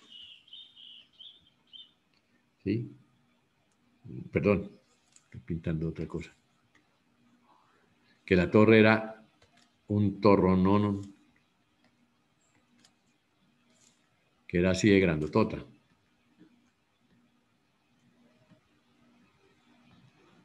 Y que tiene 4 metros de diámetro y tiene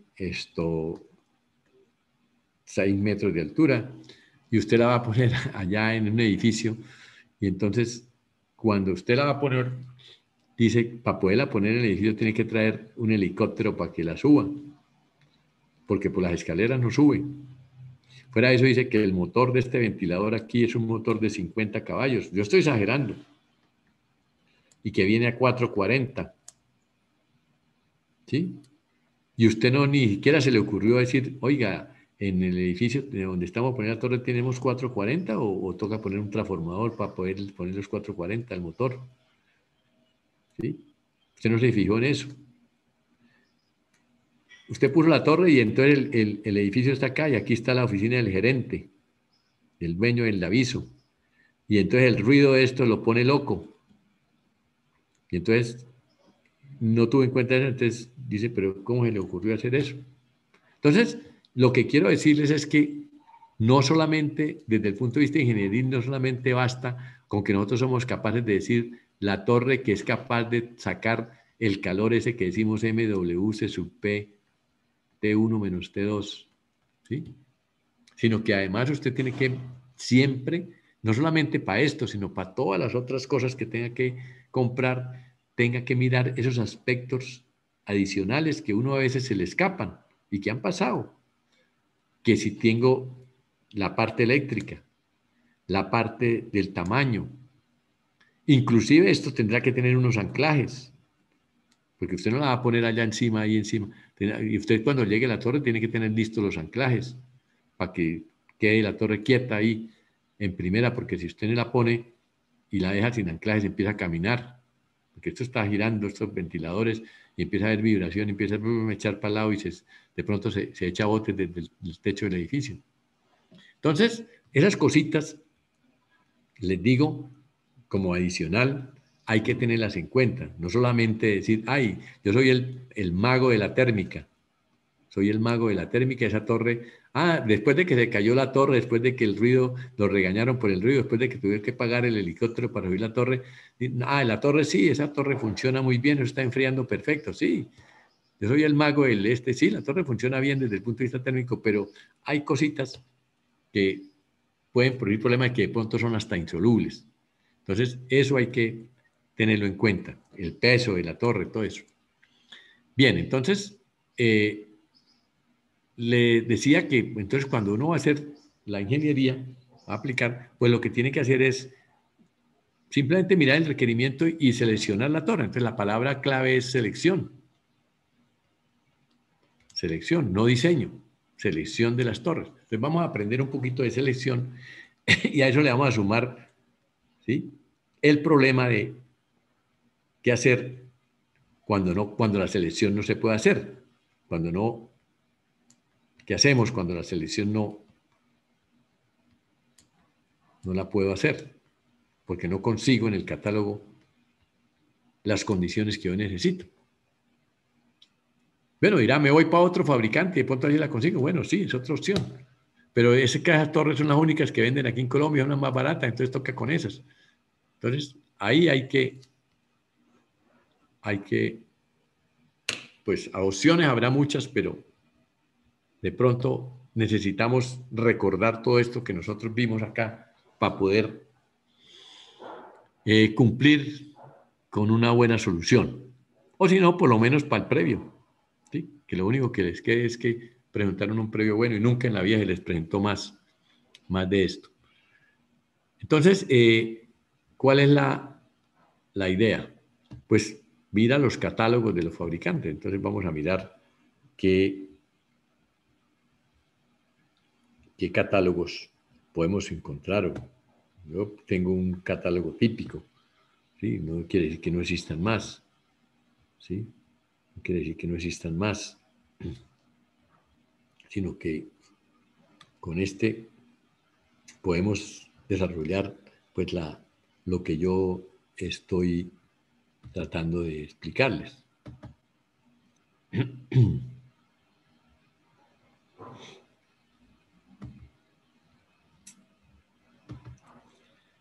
Entonces, vamos a buscar un catálogo, unos datos técnicos de lo que un fabricante me puede ofrecer.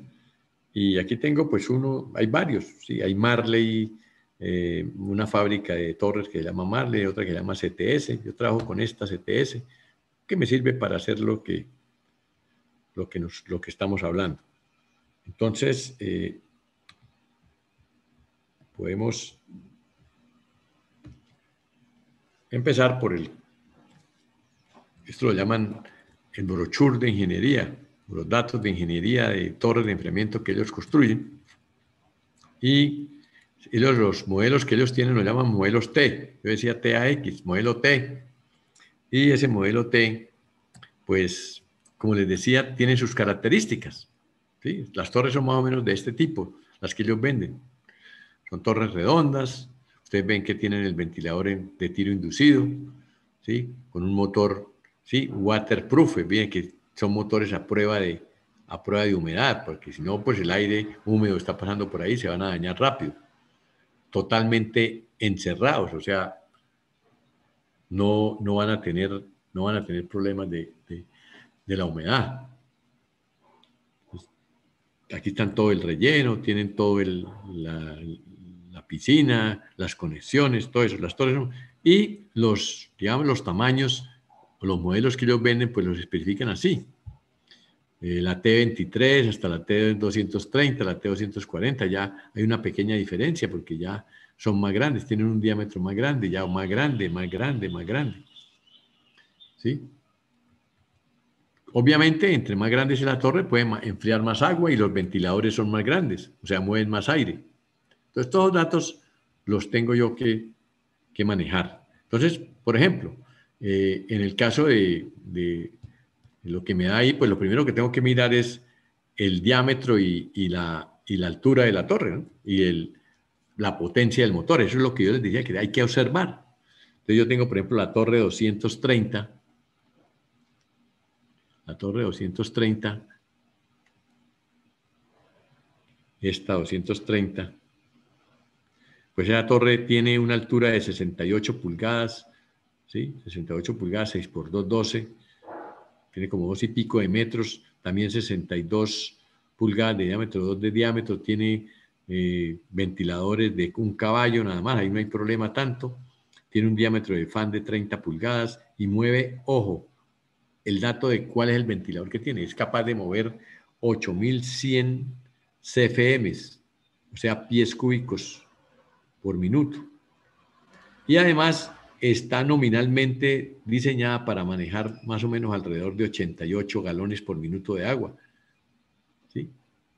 Nominal quiere decir, fíjate que a este volumen sí no le pusieron nada, en cambio a este le pusieron nominal. Eso quiere decir que esta torre no es que sea específicamente para 88, puede estar en un rango desde 60 hasta 100 galones por minuto, donde 88 es el valor nominal. ¿Sí? Entonces uno le puede manejar para cumplir con los requerimientos. Ahora le quiero decir algo también con respecto a estas torres. Estas torres son torres que son enfocadas para ser aplicadas en sistemas de refrigeración. O sea, están pensadas solamente para eso, no están pensadas para otras aplicaciones. ¿Sí? Aunque uno las podría utilizar, pero los datos técnicos están basados en eso. Entonces, fíjense que ahí está, digamos, esos datos hay que tenerlos en cuenta. Si ya ustedes, acuérdense de lo que les decía, selecciona una torre de 3000 que ya tiene 202 pulgadas y 300 pulgadas de diámetro, ya 300 pulgadas de diámetro ya son 3 por 2, 6, como 6 metros de diámetro, ¿sí? Y motores de 30 caballos con un ventilador de 175.000 CFM y para manejar 3.000 galones, pues ya esa torre ya es representativa. Entonces, si usted seleccionó esta, como les decía, quedó contento porque esa torre es la que usted quiere, pero no le cabe donde la va a poner, no pesa tanto que usted no es capaz de llevarla. Entonces, esos son problemas. Y además las especificaciones eléctricas usted no la pidió, la pidió a 440, usted la pidió a 110, ¿sí? Y no, entonces eso hay que mirarlo porque si no existe el voltaje, hay que chequear eso. Usted tiene que especificarle cuando la compra de qué voltaje la quiere, el motor. Los anclajes, ¿sí? Los anclajes, el peso, ¿sí? El peso de la torre. Porque, como digo, la torre esa grandota, la mayor, pesa ya 27.000 libras. Ya la mitad son como kilogramos, serían la mitad de 28, serían 14, serían como unas 12 toneladas. Ya unas 12 toneladas ya toca pensar en cómo la cargo, cómo la subo, cómo la bajo. Entonces, son cosas que hay que tenerlas en cuenta. El nivel de ruido, ¿sí? a distintas distancias, cómo sería el nivel de ruido, si a usted le sirve o no le sirve, dónde la va a poner para ponerla. Y por último, pues está lo que nos interesa, lo que tiene que ver con nuestra,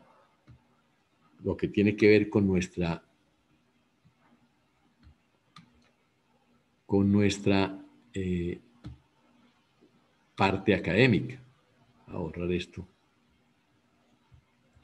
para empezar a mirar cómo es que los fabricantes pues, nos dan la información de esas torres.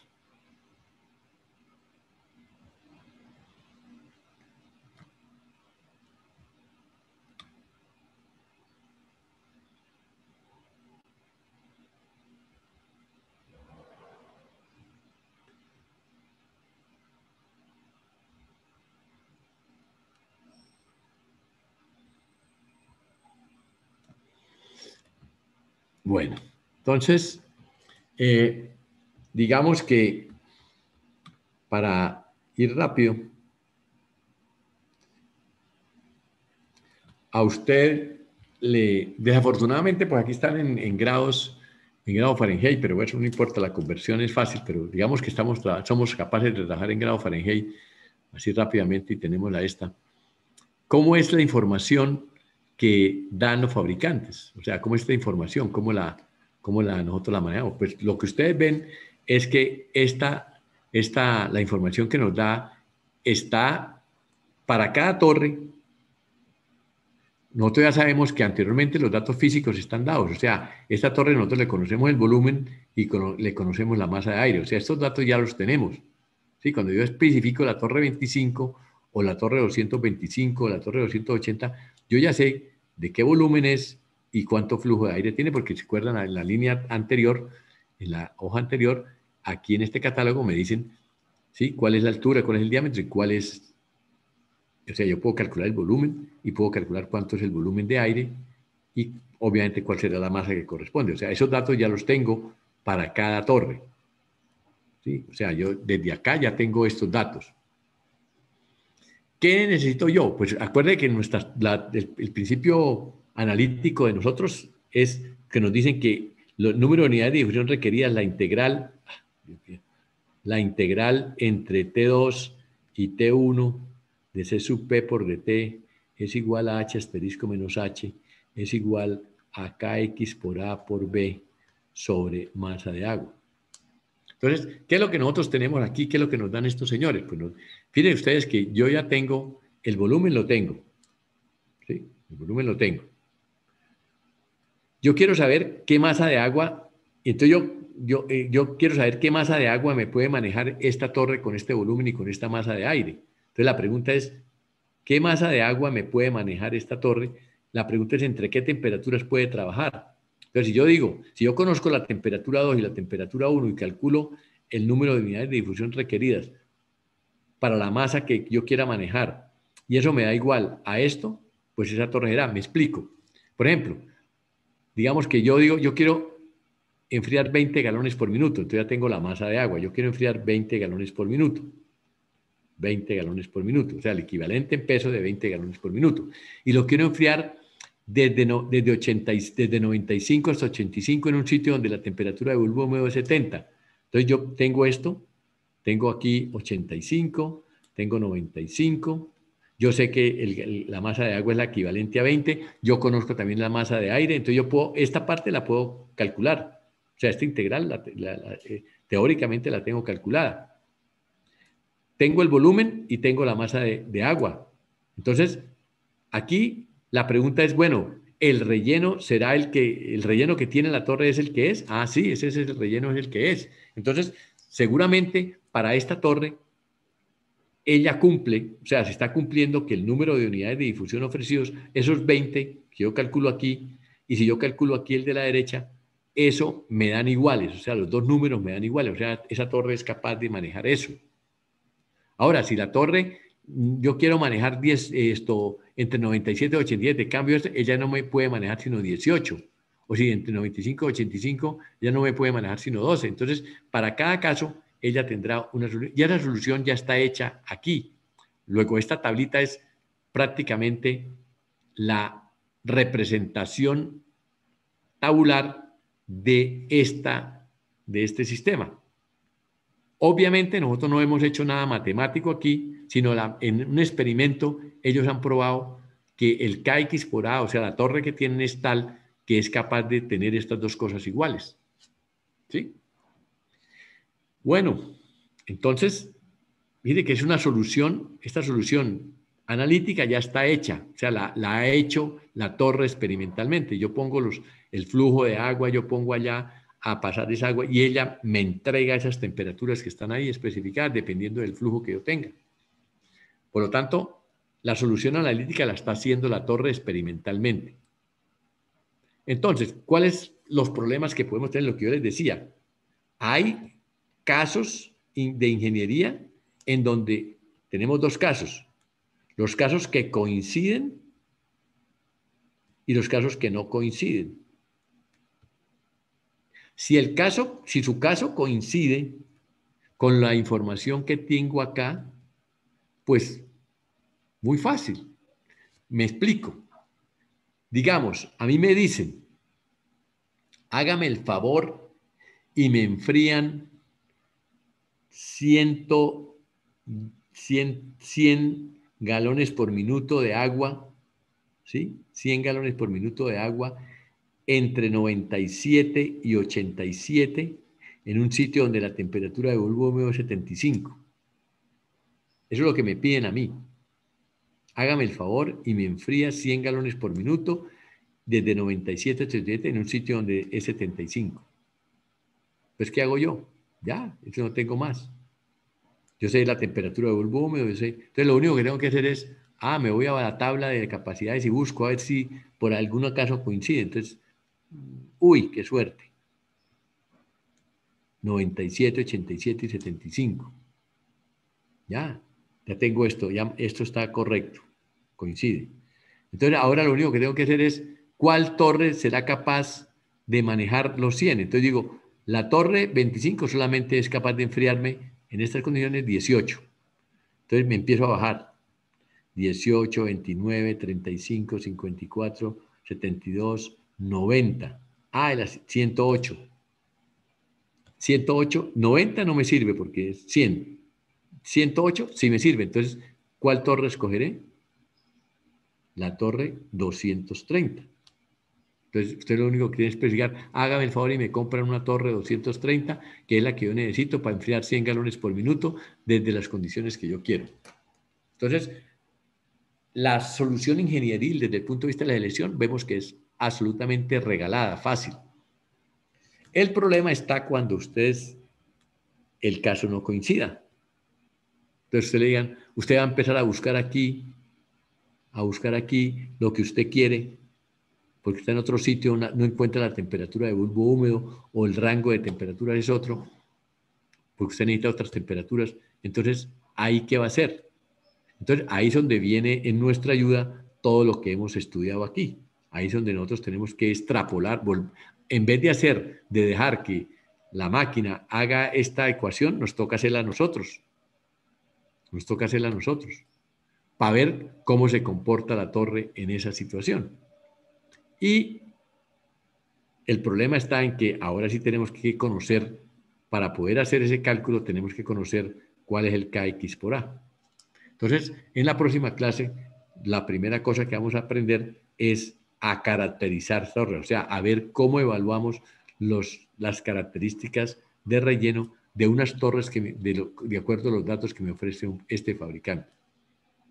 Bueno, entonces, por hoy dejamos así y en la próxima clase, como les comentaba, podemos continuar con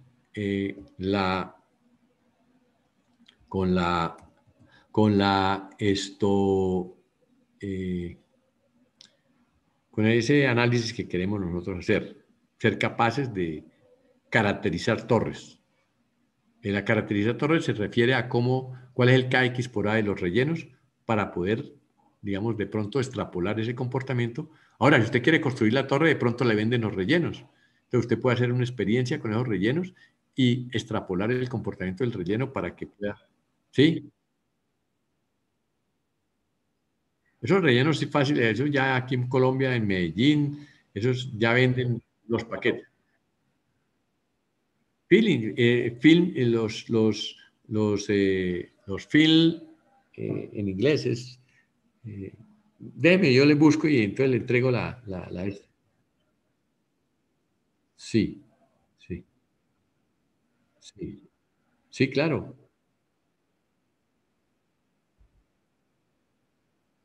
Sí.